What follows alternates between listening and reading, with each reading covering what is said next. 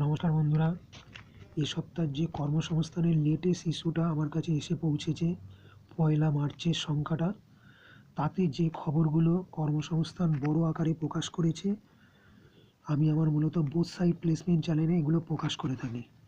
মূলত তোমরা দেখো কি খবর তারা বলেছে এবং আমি সেটা শেয়ার করছি। রেলে 32,438 গ্রুপ ডি দরখাস্ত করার শেষ তারিখ 1 মার্চ। গত 2 সপ্তাহ ধরেই কিন্তু এটা থেকে ডিটেলস খবরগুলো বারবার দিচ্ছিল এবং সময়টা বাড়ানো হবে এটাও জানাচ্ছিল বোর্ডের তরফে। সেই মতোই কিন্তু এটা হয়েছে।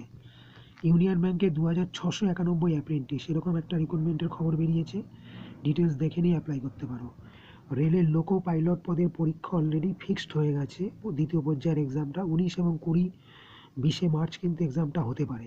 সেই মতো ডিটেলস ওয়েবসাইট দেখে নিয়ে তোমরা কিন্তু সেই মতো প্রিপারেশান নাও।